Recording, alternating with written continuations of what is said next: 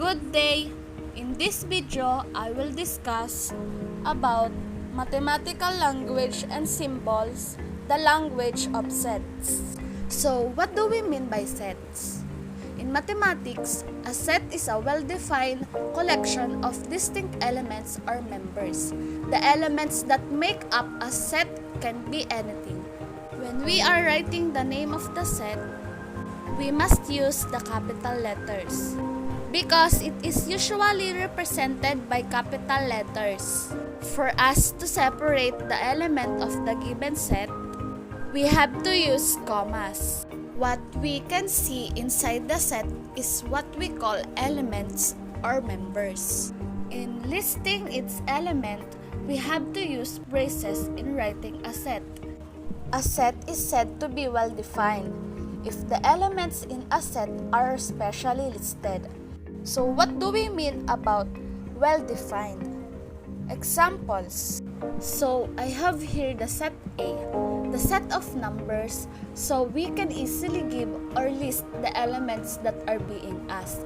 So example, the set of numbers 1, 2, 3, 4, 5, set of plates, and set of the vowels. Notation, it is a system of symbols used to represent special things. This notation means that X is an element of S. So how do we read this? This means X is an element of S.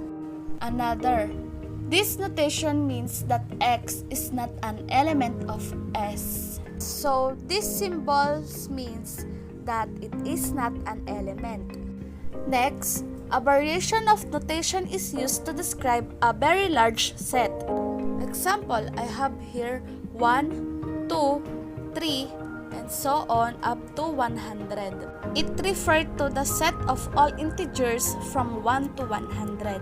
Another, it refers to the set of all positive integers. So, why we define it as a set of all integers? Because it has no element at the end. The tree that is called as ellipsis and is read as and so forth. The ellipsis will be used if the element in the set is numerous. Cartesian set of numbers. Some important sets are the following: N, the set of natural numbers; W, the set of whole numbers; Z, the set of integers; Q, the set of rational numbers terminating or repeating decimals.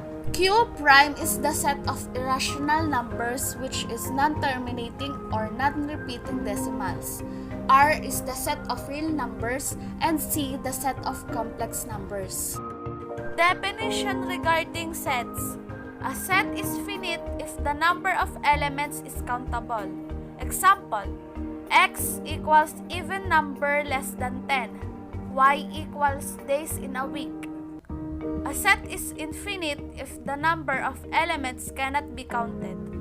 Example, X equals even numbers greater than 20. Y equals stars in the sky. Equal and equivalent sets. Equal sets have the exact same elements in them, even though they could be out of order. Example, A equals 1, 3, 5, 7. B equals 7, 5, 3, 1. A equals January, March, May, November. B equals May, March, January, and November. Equivalent sets have different elements but have the same number of elements. Example, A equals A, B, C, D, E. B equals January, February, March, April, May. Joint and disjoint sets. Joint set. Two sets are said to be joint sets when they have at least one common element. Example, X equals 1, 5, 19, 16. Y equals 16, 5, and 2. Disjoint sets. Two sets are said to be disjoint sets if they have no element in common. Example, the set X equals 1, 2, 3 and Y equals 4, 5, 6 are disjoint sets since there's no element in common. So when we're going to illustrate it to Venn diagram, they will not meet.